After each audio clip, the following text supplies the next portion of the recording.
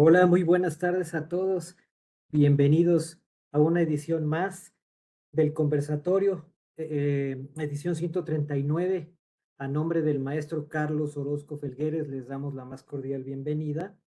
Y en esta ocasión tenemos el tema uso o goce temporal de bienes, aspectos contables y fiscales a considerar, a cargo del maestro Ricardo Palomino Segovia, quien es expositor de aquí de casa del Instituto Orfe. Y bueno, la mayoría de ustedes ya lo conocen, pero para los que no, pues tenemos aquí una pequeña presentación.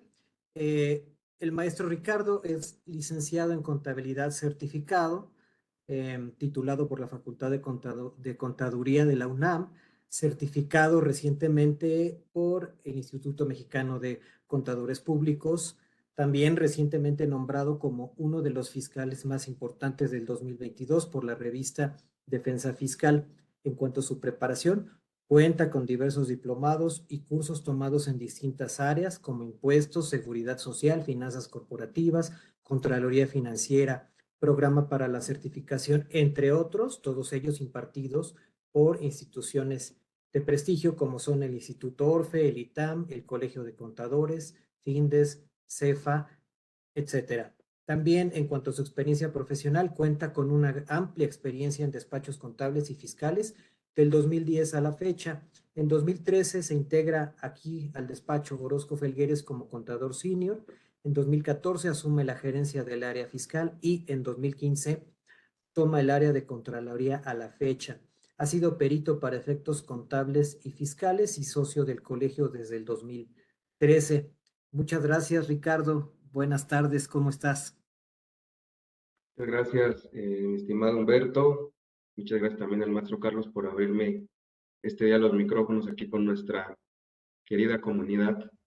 Orfe, ya 139 episodios de este famoso conversatorio que pues se agradece a la institución y obviamente al empeño que pone nuestro presidente, el maestro Carlos Orozco.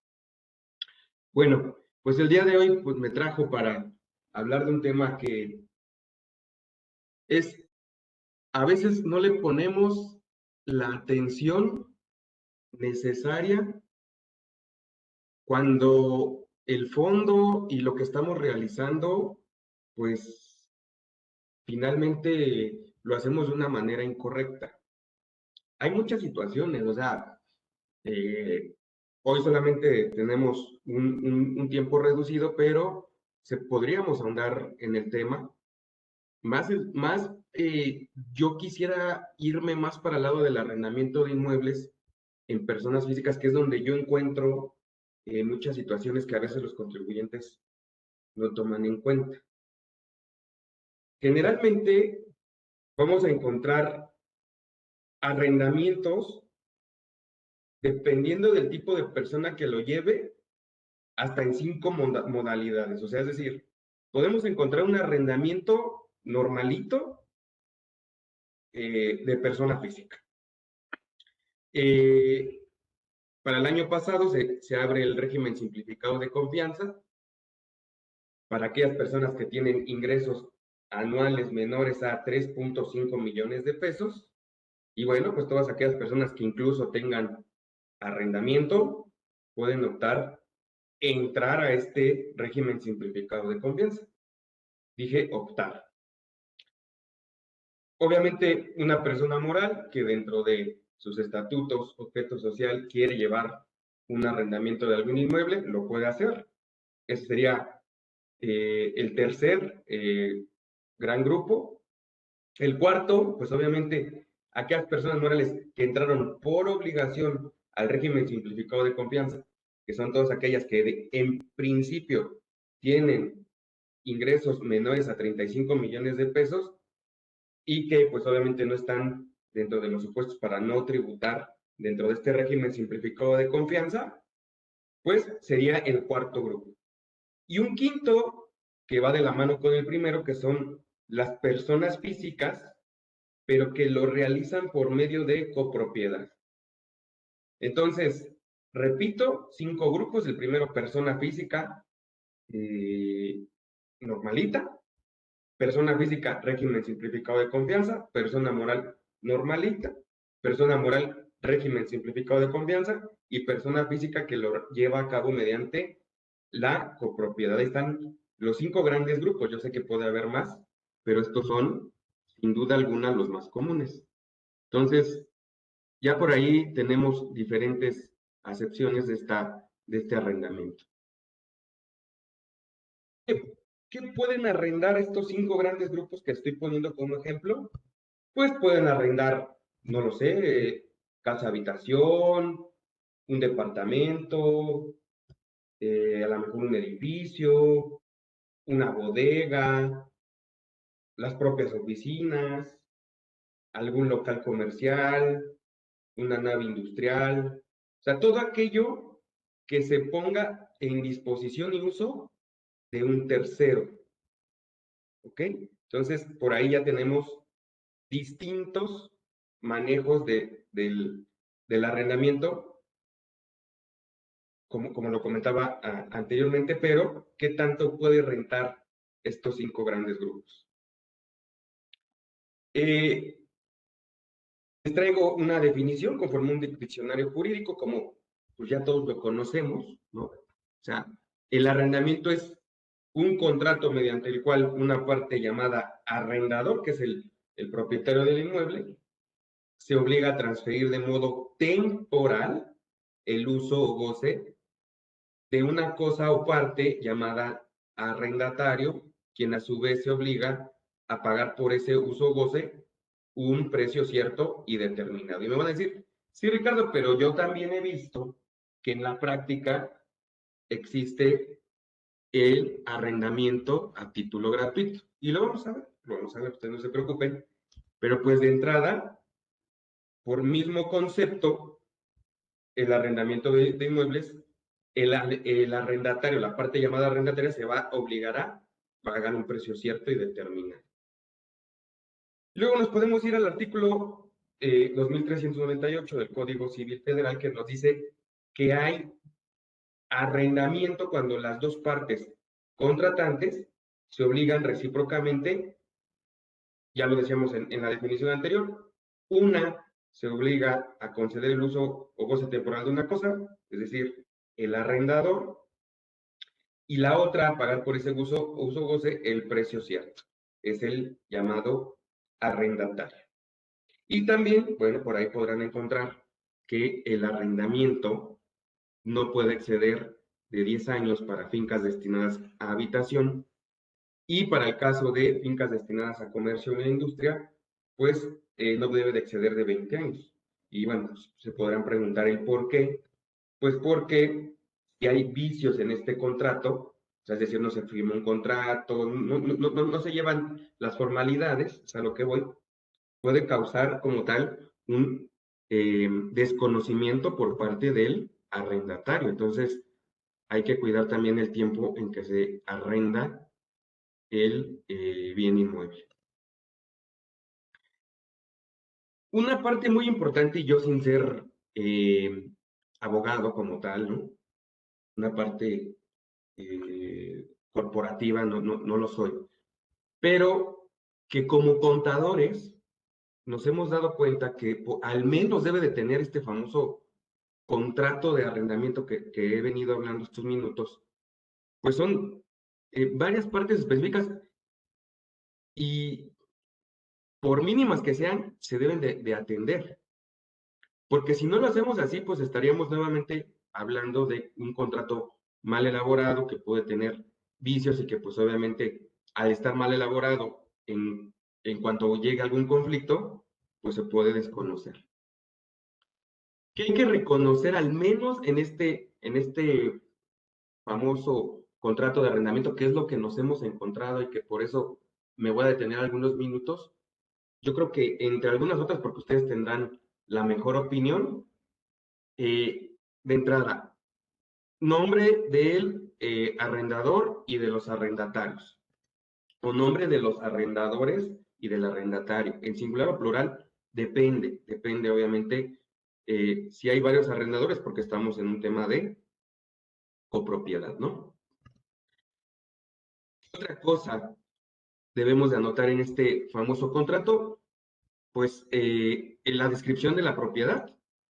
En muchos casos esto es la simple dirección, un número, pero sin embargo, en algunos casos pueden ser a veces necesarias descripciones más detalladas hablando del famoso inmueble, porque a veces no se puede, o sea, yo te rento un cuartito, vamos a suponer, dentro de una casa habitación. Ok, pues hay que ser muy específicos de qué es lo que estamos rentando, porque no solamente es anotar el domicilio, sino a lo mejor si tiene un interior, ¿verdad? O si no tiene algún interior, describir qué es lo que le estoy rentando. Ser lo más descriptivos dentro del famoso contrato. Obviamente, si estamos pactando un precio, no es a título gratuito, pues el precio de la renta, el monto de la renta. Eh, Hablando del precio de la renta, ¿cuándo el arrendador va a cobrar la renta? ¿Cuándo es el vencimiento de la fecha en la cual debe de enviarse o el arrendador va a pasar a cobrar dicha renta? E incluso, hablando en términos más fiscales, pues cuando el arrendador se compromete a enviar el famoso CFDI, porque en materia fiscal el CFDI juega un papel muy importante en el caso del arrendamiento.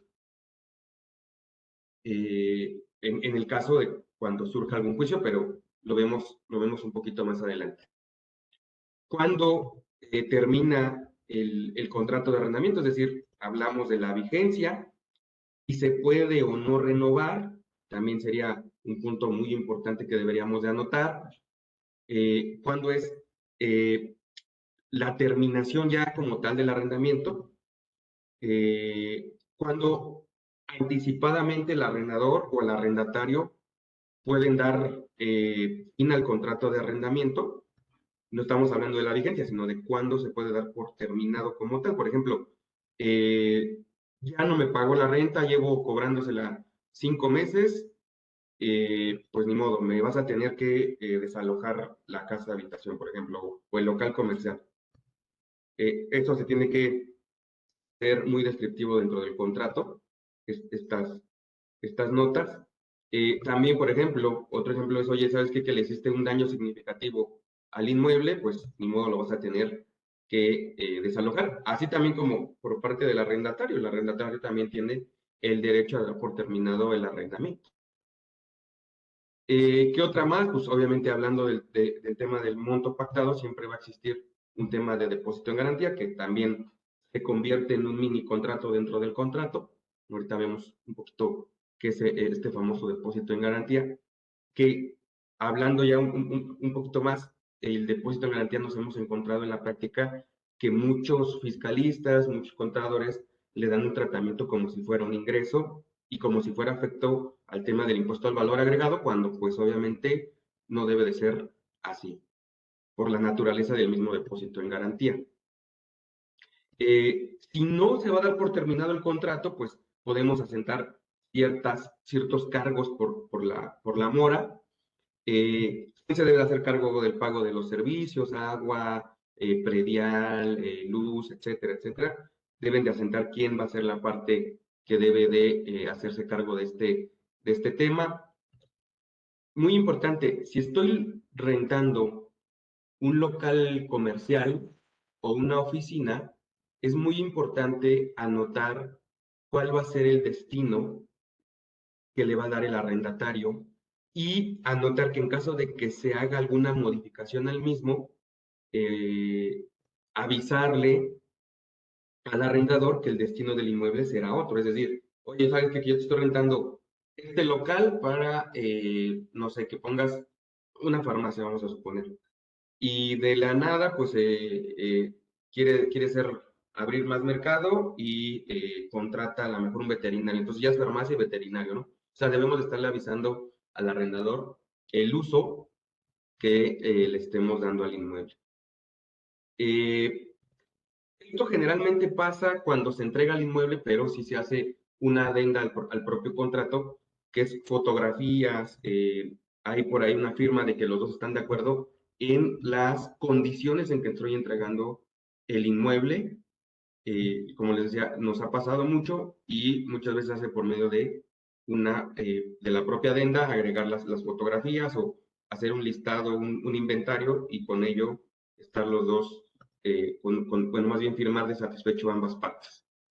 ¿Quién se va a hacer cargo de las reparaciones si es que llegara a pasar algo? El propio mantenimiento. ¿Qué pasa si existen alteraciones en el inmueble? Y por el tema de que no creo que me dé mucho tiempo, pero por el tema de extinción de dominio, yo sí les daría el consejo de que eh, notaran por ahí alguna cláusula que dijera que el propio arrendador, para el caso de algún local comercial, tiene el derecho de entrar a inspeccionar que se esté llevando a cabo ese fin del inmueble, porque si no, pues obviamente quien tiene las de perder es el arrendador, porque a fin de cuentas el inmueble es suyo y por un tema de extinción de dominio, pues podría perder el inmueble.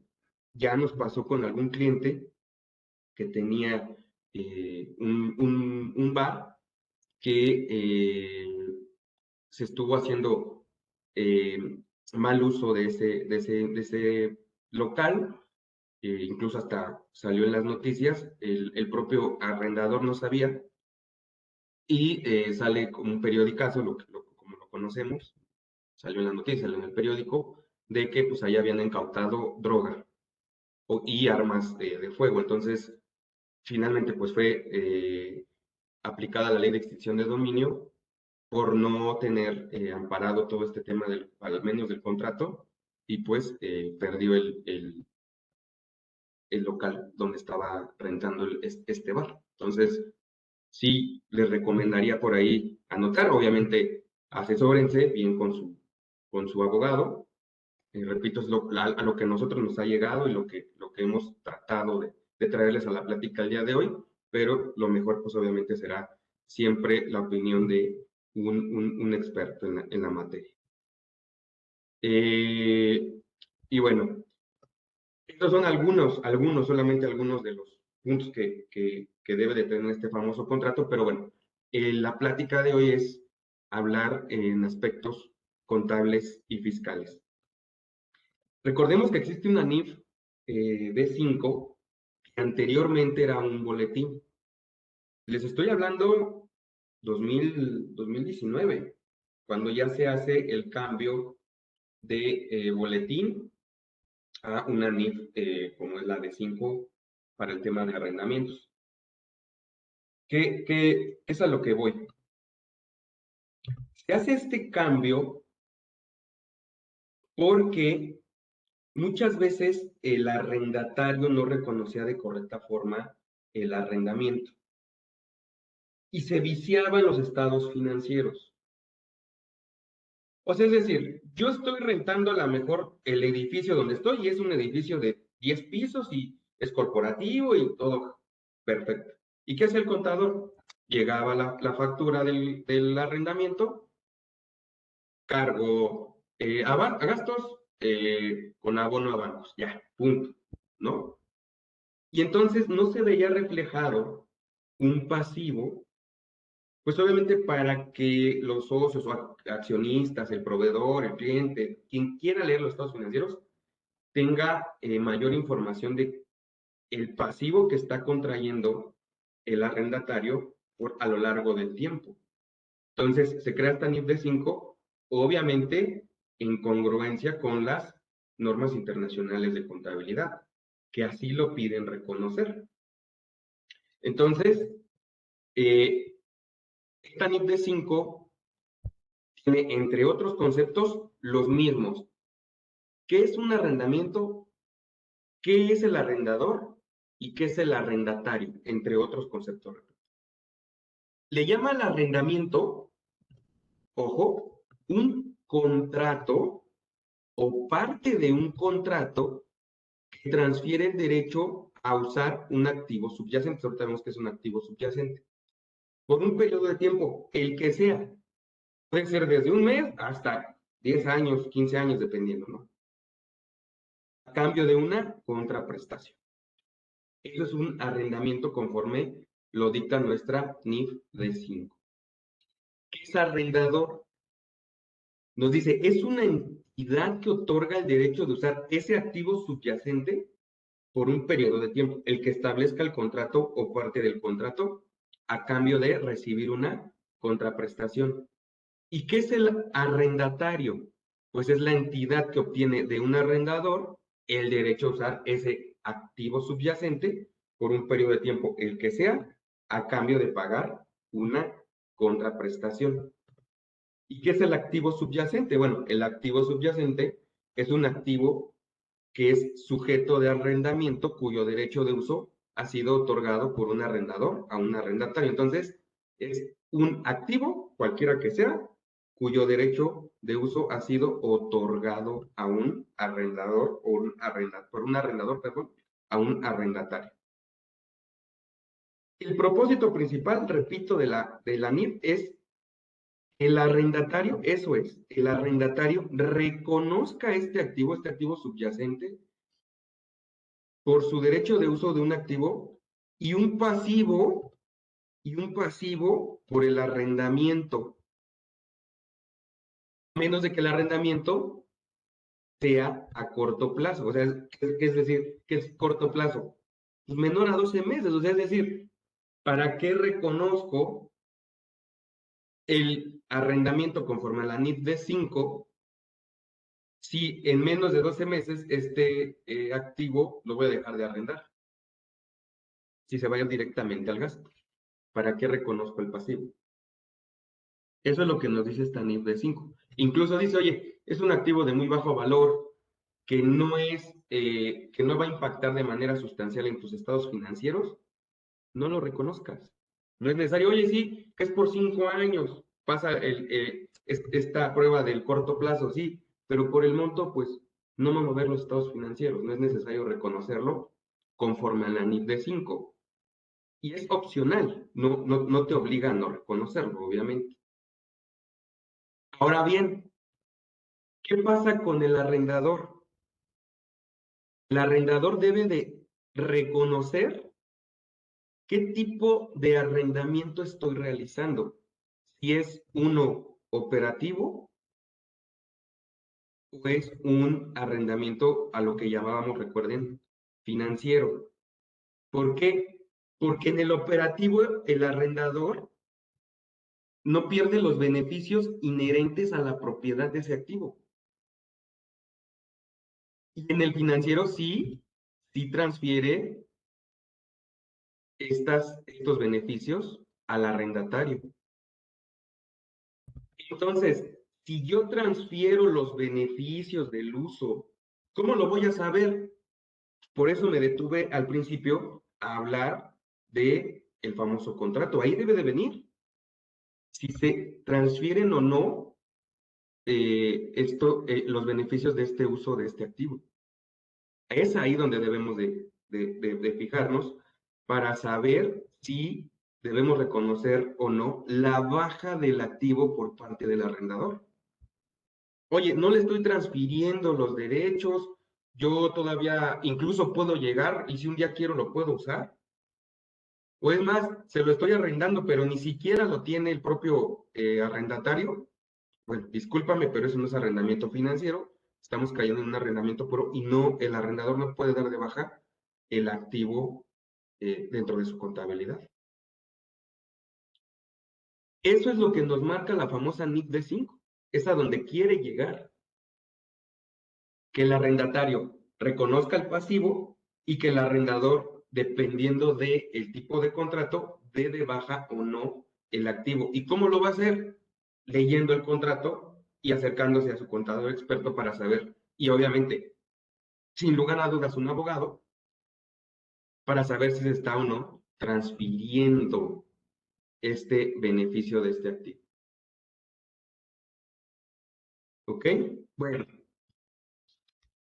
me metí nada más así como un dato eh, cultural, nada más a ver al INEGI. ¿Cuántas viviendas existen en México? No existe un dato a 2022, por ejemplo. Pero bueno, tenemos un dato bueno, cerrado a 2020 por parte del INEGI. Se me hace buen dato y traerlo a colación el día de hoy. Existen 35 millones de viviendas en todo el territorio nacional. Bueno, 35.2 millones de viviendas. Ahora, de estas 35.2 millones de viviendas, las separa el INEGI y nos dice, de todas las viviendas, el 57% son propias pagadas. Ya, no caen en ningún supuesto, es propia, ya está pagada, que es la gran mayoría y me da mucho gusto que esté subiendo México en este tema. Ahora, del 100%, el 16% son viviendas que se encuentran rentadas, que es el tema del día de hoy. 16% de los mexicanos rentan su vivienda. Ahora, otro 14% vive en, en viviendas prestadas por familiares, amistades o por el trabajo. 14% es bastante. Son viviendas prestadas. Un 11%, aparte del 57% que hablé al principio, hay otro 11% que son propias, pero que aún se encuentran pagándolas. Entonces, este 57 en algún momento de la vida se va a volver un 68%. Al final hay un 2% que puede ser cualquier otra situación, que es muy bajo ya, un 2%. Son 600,000 viviendas que están en algún otro supuesto, ¿no?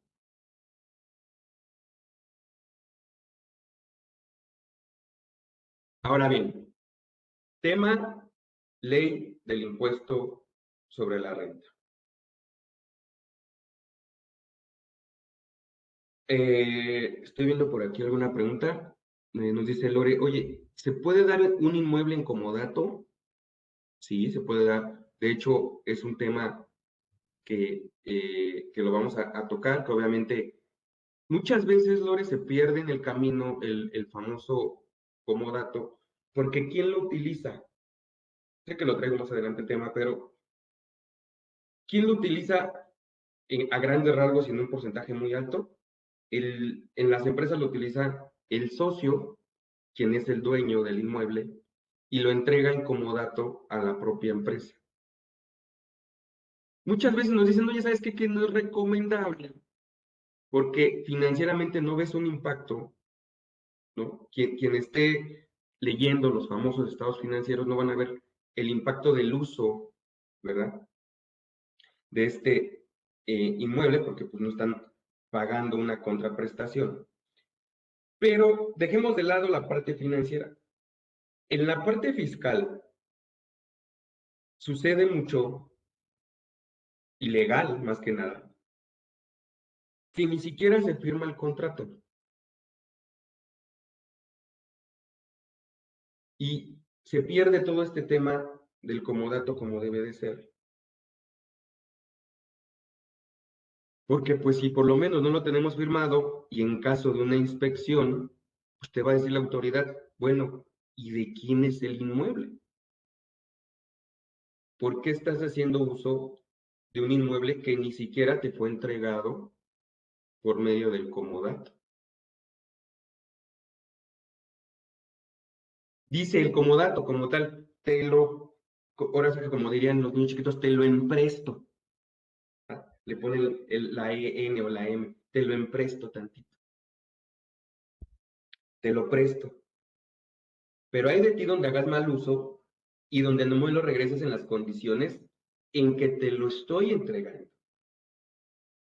Eso es el comodato. Y nos dice algo bien pasa. Así que, contador, casos de la vida real. Dice, oye, Y las personas que lo reciben lo pueden arrendar. Te voy a contestar algo, Lore, y no quiero sonar como abogado, ni como contador, ni como administrador. Depende. ¿Por qué depende? Porque si te entrego el usufructo, si se firma un contrato de usufructo, yo puedo rentar la propiedad porque ya la estoy usufructuando. Pero si el comodato no me lo permite, no podría sacar provecho de él. O sea, el provecho del comodato en estricta teoría es para que yo lo use, no para que lo explote. Y es poner en tela de juicio dicho contrato. Oye, ¿quién en su sano juicio, en la realidad, te presta un inmueble, pudiéndolo él rentar, para que tú lo rentes? Pues es lógico, no se va a dar. ¿Quién en su sano juicio lo haría? Pero si lo estás usufructuando, pues ahí sí tú podrías arrendarlo como tal. Pero bueno, déjenme, me continúo. Hablaba de un tema bien importante que es la expedición del CFDI. Artículo 118. Obligaciones del arrendador, de quien entrega el inmueble. Nos dice, fracción tercera, expedir comprobantes fiscales por las contraprestaciones recibidas. Eso ya lo sabemos. Pero hay un siguiente párrafo que los arrendadores no leen y dice, tratándose de juicios de arrendamiento inmobiliario en los que se condene al arrendatario al pago de las rentas vencidas, la autoridad judicial deberá requerir al acreedor que compruebe haber emitido los comprobantes fiscales a que se refiere esta fracción. Claro, oye, tráeme los FDIs, tráeme las facturas para ver que por lo menos hiciste gestión de cobro. No, es que yo vivo en la oscuridad fiscal y en mi vida he emitido un comprobante fiscal digital por internet. Pues discúlpame, pero estás en todas las de perder. Es requisito obligatorio el haber expedido el CFDI y comprobar que obviamente hiciste acción de cobro. Ya estás en juicio, demuéstrame que cobraste. ¿Cómo? Ahí está el CFDI de entrada.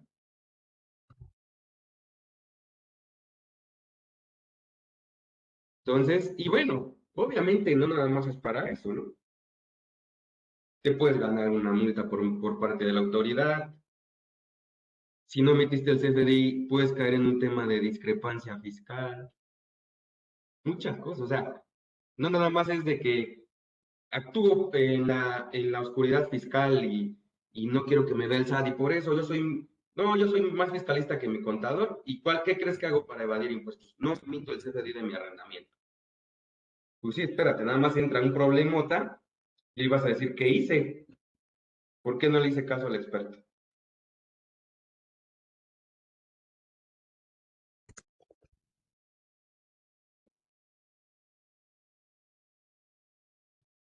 No, pues si nada más, aquí venimos al conversatorio nada más a dar nuestros casos de la vida, nuestros casos de la vida real.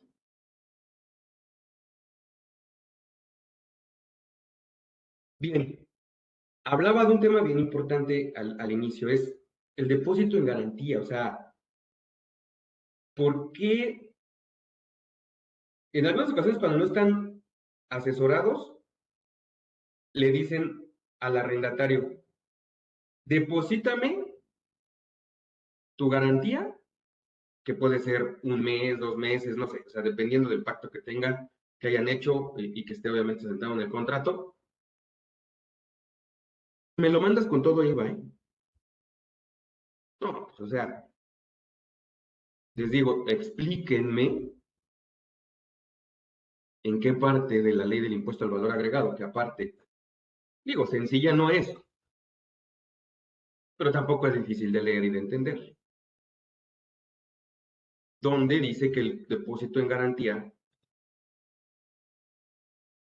está grabado para efectos de...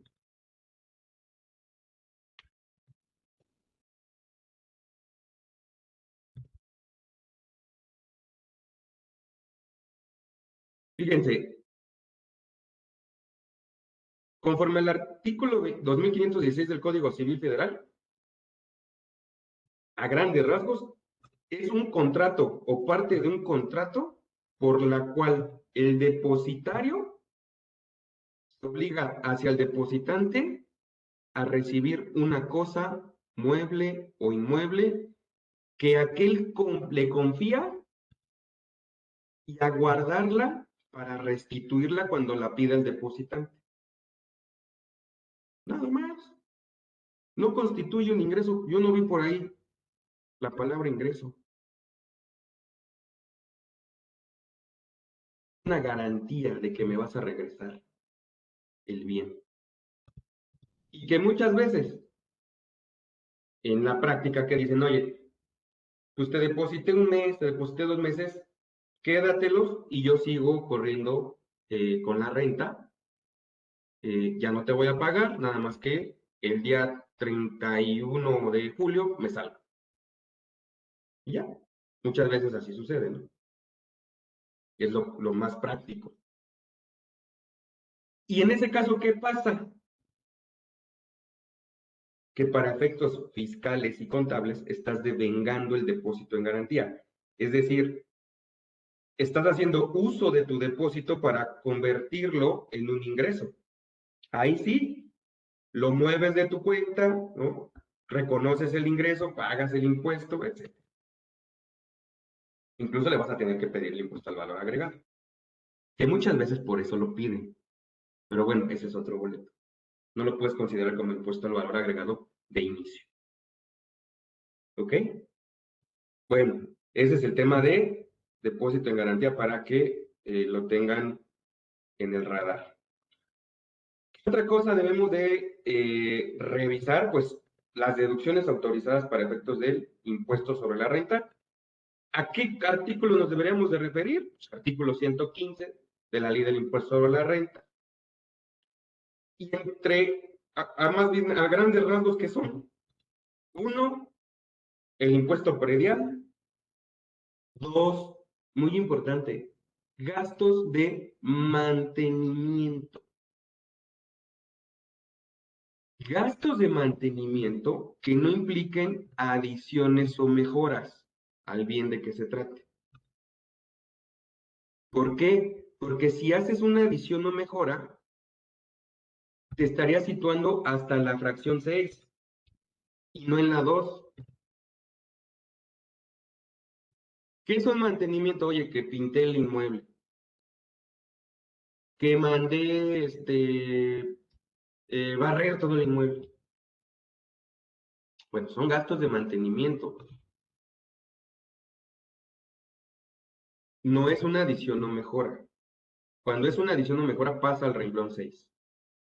Fracción 3, intereses por préstamos utilizados para la compra, construcción o mejoras del bien inmueble. Los intereses y de ese préstamo sí son deducibles. Obviamente, si pago salarios, si pago comisiones, si pago honorarios, ahí sí, pues los puedo deducir. A lo mejor, oye, tengo una persona en vigilancia. Ah, perfecto. Si es una persona en vigilancia, pues puedo deducir su salario. Primas de seguros, también las puedes deducir conforme la fracción quinta. Y en la 6 hace mención a la construcción y a las adiciones y mejoras. Pero fíjense, tal cual dice el 115, dice, las personas que obtengan ingresos por los conceptos a que se refiere este capítulo podrán efectuar las siguientes deducciones. Fracción 6, las inversiones en construcciones, incluyendo adiciones y mejoras, punto y aparte. Y he visto que muchos colegas, ¿no?, le dicen al propio contribuyente, oye, si tú haces una construcción, la puedes deducir al 100%. Si tú le haces una adición o mejora, la puedes deducir al 100%. Estaríamos cayendo en un grave error. ¿Por qué? Porque si te vas a la propia fracción 2, te dice, oye, sí puedes deducir el mantenimiento, pero no la adición y mejora al 100%. Esa se va a la fracción 6. ¿Y qué es lo que quiere dar a entender la fracción 6? Dedúcela conforme a los porcentajes máximos de ley. No al 100%. Yo no veo que me diga por algún lado que lo puedo deducir al 100%. Yo no lo entiendo así. Ustedes tendrán la mejor opinión, pero no podemos deducirla al 100%.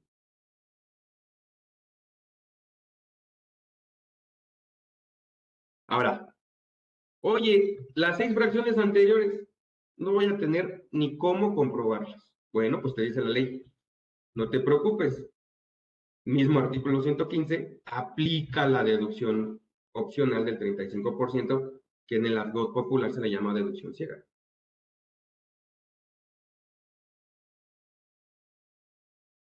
Punto. No te quiebres la cabeza. Y además de ese 35, si tú pagas el impuesto predial, adelante, dedúcelo. Ahora, hago subarrendamiento. ¿Qué nos dice el artículo 115? Solo te puedes deducir el importe de las rentas pagadas al arrendatario inicial.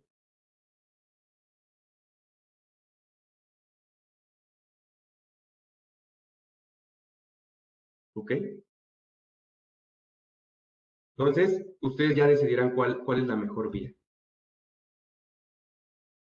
Otro punto importante para que no lo dejen de lado, pues el tema de que pueden hacer declaraciones trimestrales a aquellos contribuyentes cuyo monto no exceda de 10 salarios mínimos generales del Distrito Federal elevados al mes. Es decir, si mi renta no excede de 31,000 pesos, puedo hacer declaraciones mensuales, puedo hacer declaraciones trimestrales.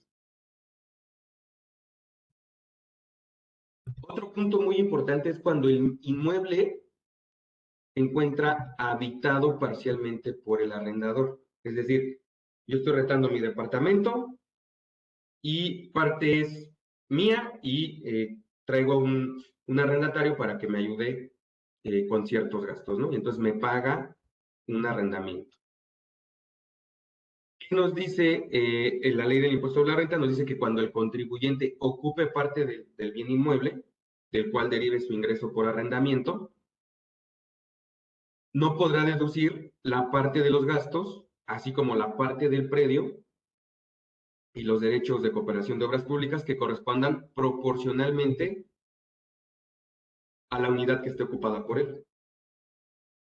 ¿Cómo considero la parte proporcional de estos gastos? Pues nos dice la ley, se calcula considerando el número de metros cuadrados de la construcción o de la unidad ocupada en relación con el total de metros cuadrados de construcción del inmueble. ¿Ok? Entonces nos dice la ley, no puedes deducir el 100% de los gastos que hagas porque una parte está ocupada por otra persona. No me quieras hacer aquí chanchullo y me quieras deducir el 100% de los gastos que realices. ¿Ok?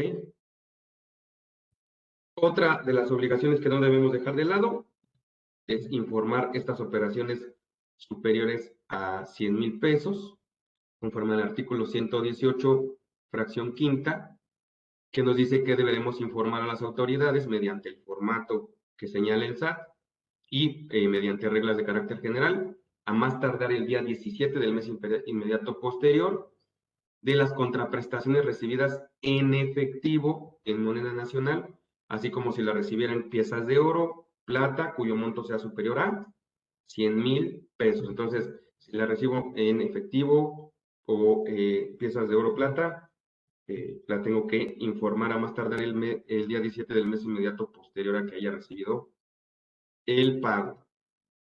Otro punto importante que no debemos dejar pasar Recuerden que la regla 28117 nos dice que estarán eximidas del enviar la contabilidad electrónica y presentar la DIOT cuando en el ejercicio inmediato anterior no hubieran excedido de 4 millones de pesos de ingreso. Regresando un poquito a lo que nos decía Lore del tema del comodato, y que para los que no me conocen, no quiero dejar de lado, es que el tema del comodato, conforme al artículo 199, fracción sexta, inciso C, del Código Fiscal de la Federación, se vuelve un esquema reportable cuando el socio entrega en comodato el inmueble. Y que no nos dé miedo, o sea, el esquema reportable no es para, y yo sé que el 2% de los que están aquí conectados no evidencian sus esquemas reportables, pero sí es un esquema reportable y que se nos está yendo a muchas personas. ¿Qué pasa cuando presentan la declaración anual? Ahí ¿tienes esquema reportable? No, no, bye. Sí los hay. Bueno, pues que me venga a multar la autoridad cuando crea que existe. Nada más tengan en cuenta este tema del comodato, ¿ok?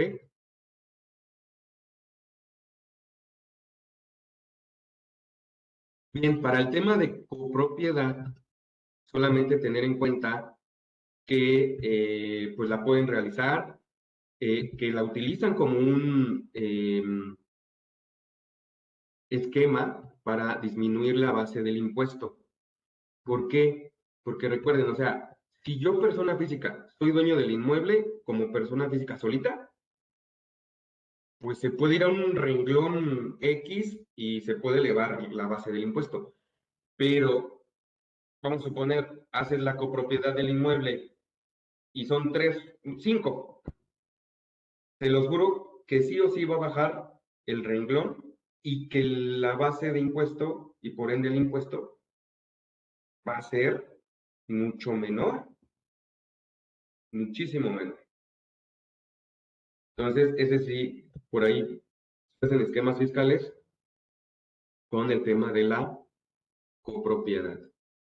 Otro tema que no dejen de lado, por favor, es el tema de el aviso en materia de prevención del lavado de dinero, que yo sé que muchas veces causa muchas dudas, porque ¿qué nos dice la ley de antilavado? Nos dicen, te encuentras en el supuesto y es para ti una actividad habitual o profesional. Y dichos conceptos no están bien definidos en la propia ley. Y pues nos tenemos que acercar a tesis, a jurisprudencias, con abogados, con otras personas que ya hayan sufrido este tema, de qué podemos considerar habitual o profesional para el tema de dar aviso al portal de prevención de lavado de dinero. Nos ha tocado que dicen, con que lo hagas más de 2 veces, pues ya se vuelve un hábito para ti el estar arrendando. Pero bueno, como tal, no estamos tan seguros de qué quiera decir este tema de habitual. Sí hay criterios del SAT, ¿verdad? Hay por ahí preguntas y respuestas, ¿no? Pero ninguna como tal establecida en carácter de ley, ¿no? Y ¿quién es el que realiza la actividad de informar? Nada más para que lo tengan en cuenta. Quien realiza esa actividad es el arrendador de estar informando. Él es la persona que realiza la actividad vulnerable. O sea, yo arrendador estoy entregando mi oficina a Patito SADCB y yo estoy realizando la actividad vulnerable, yo soy el obligado a informar. Ok, me queda muy claro. Pero ¿hacia dónde quiere ir la ley?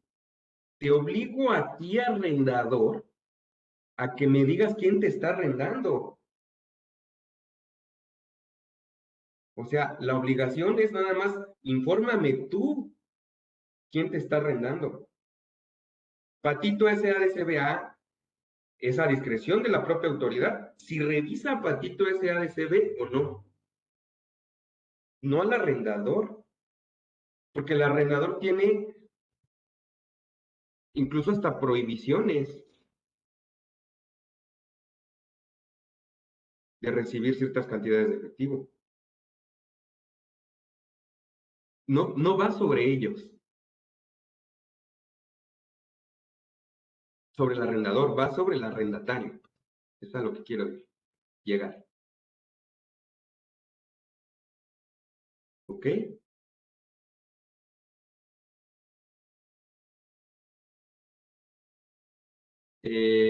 Bueno, ya por último, me hacían la pregunta, bueno, no por último, porque todavía faltan otros dos temas. ¿Qué pasa si no declaro los ingresos por arrendamiento? Lo tocaban hace un momentito. Tengan mucho cuidado con su discrepancia fiscal en personas físicas. Híjole,